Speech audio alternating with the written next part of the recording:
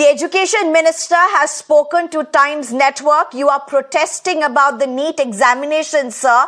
आपका ये पूरा प्रोटेस्ट नीट एग्जामिनेशंस के बारे में है. धर्मेंद्र प्रधान जी ने अभी बात किया है टाइम्स नेटवर्क से. उन्होंने दो चीजें कही हैं. उन्होंने सबसे पहले जो कहा है कि जो एग्जाम्स का सिस्टम है वो करेक्ट है, और दूसरी बात जो उन्होंने कही है कि कोचिंग इंस्टीट्यूट्स का नेक्सस है. इसके बारे में आपका क्या जवाब है?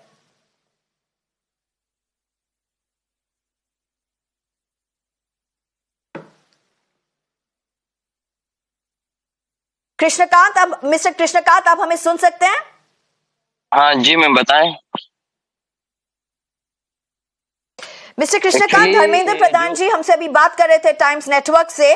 उन्होंने बहुत क्लियरली कहा है कि कोचिंग इंस्टीट्यूट्स का नेक्सस है और जो नीट एग्जाम का सिस्टम है वो करेक्ट है.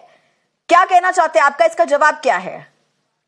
एक्चुअली क्या है कि जो कल एनटीए का फैसला भी आया था और जो मंत्री जी भी कह रहे थे कि एक्चुअली क्या है कि बच्चे जानबूझ के रोड पे नहीं आ रहे हैं और ना ही उनका कोई ऐसा मोटिव है कि जबरदस्ती इतनी धूप में रोड पर आकर बच्चे हंगामा करें नीट को लेकर. एक भी उनके साथ ये इनजस्टिस हो रहा है, उनके साथ कुछ गलत हो रहा है तो आवाज उठानी पड़ेगी. बट बच्चों के पास ऐसे साधन नहीं होते या ऐसे इतना नॉलेज नहीं होता कि वो किस तरीके से अपनी बात रखें.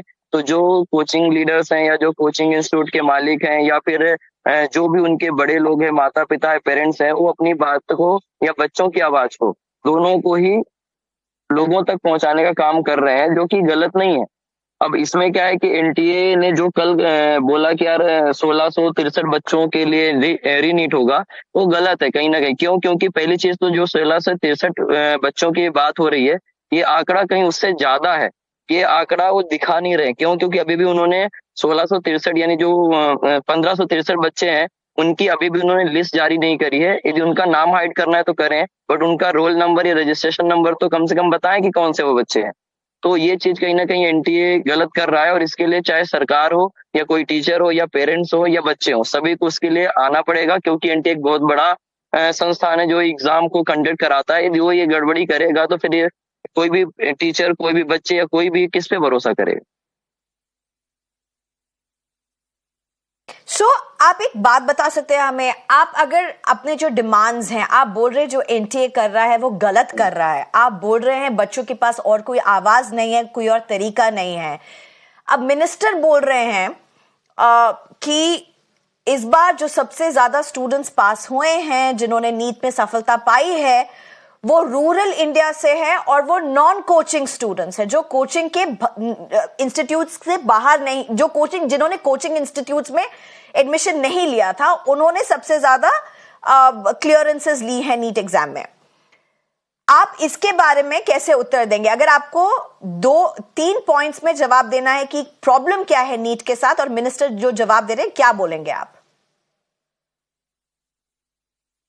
एक्चुअली नीट के साथ जो जैसे कि मंत्री जी ने बोला, एक्चुअली क्या है कि जो रूरल एरिया के बच्चे जुड़े हैं ऑनलाइन माध्यम से या फिर जिन्होंने कोचिंग नहीं करी है, उनको प्रॉपर प्लेटफॉर्म ऑनलाइन पे मिला, उन्होंने अपनी तैयारी करी, मैं मानता हूं. लेकिन 24 लाख बच्चे जो बढ़े, जैसे फॉर एग्जांपल के लिए कि लास्ट टाइम जो 20 लाख बच्चों ने एग्जाम दिया था नीट का, इस साल 24 लाख बच्चों ने दिया.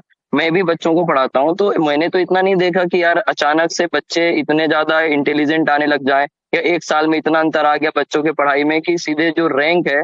फॉर एग्जाम्पल के मैं आपको बता दूं कि अभी अपने ही बहुत सारे छात्र हैं जिनके 640 मार्क्स आ रहे हैं. 640 पे उनको गवर्नमेंट कॉलेज मिल जाना चाहिए था, और उनको इस पे जो रैंक मिलनी थी, जो एक्सपेक्टेड रैंक थी, जो एवरी ईयर हर साल के हिसाब से देखे तो लगभग 10,000 के अंदर आनी चाहिए थी, जो कि अभी 60,000 70,000 के बीच में आ रही है. तो अचानक से रूरल बच्चे भी ऐड हो रहे हैं, तो सिर्फ 4 लाख बच्चे भी एक्स्ट्रा ऐड हो रहे हैं, तो उनकी वजह से इतनी रैंक में इजाफा. और क्या अचानक से इतने बच्चे पढ़ने लग गए हैं एक साल के अंदर कि नीट का जो कट ऑफ मार्क्स है इस बार, वो गवर्नमेंट कॉलेज के लगभग 640-650 पे भी जो बच्चा मार्क्स लेके आ रहा है, उसको भी उम्मीद नहीं है कि उसको कॉलेज मिलेगा. तो कहीं ना कहीं बातों को इस बार कट ऑफ मार्क्स पे या बच्चे बढ़ गए उस हिसाब से घुमाया जा रहा है. बट एग्जैक्ट कहीं ना कहीं धांधली तो हुई है. कहीं ना कहीं एनटीए अपने एग्जाम को कराने में असफल रहा है, जैसे कि बहुत सारी जगह पेपर लीक होने का भी मामला सामने आया है. और जबकि एनटीए मना कर रहा है कि पेपर लीक नहीं हुआ है. यदि पेपर लीक नहीं हुआ तो गुजरात, बिहार, उड़ीसा जैसे राज्यों में क्यों पुलिस ने या हमारे प्रशासन ने ऐसे लोगों को पकड़ा है जिन्होंने पेपर लीक में शामिल जी। थे। और कहीं ना कहीं ये चीजें भी देखने को मिली है ऑल कि वहाँ राइट। के जो ये लोग शामिल थे उनको जेल में भी बंद किया गया है, गिरफ्तारी भी हुई है। तो यदि पेपर मिस्टर लीक नहीं हुआ तो फिर कृष्णकांत, उन्हें आप गिरफ्तार क्यों किया गया? जी जी मिस्टर कृष्णकांत, इनफैक्ट कोर्ट ने भी कहा है, सुप्रीम कोर्ट ने भी कहा है, उन्होंने ये नोटिस जारी किया है इसके ऊपर उत्तर लेने के लिए। They have sought responses from the centre and NTA. We do hope that there will be clarity on all of this and we'll find the truth behind this. Thank you very much for joining us, Mr. Krishnakant.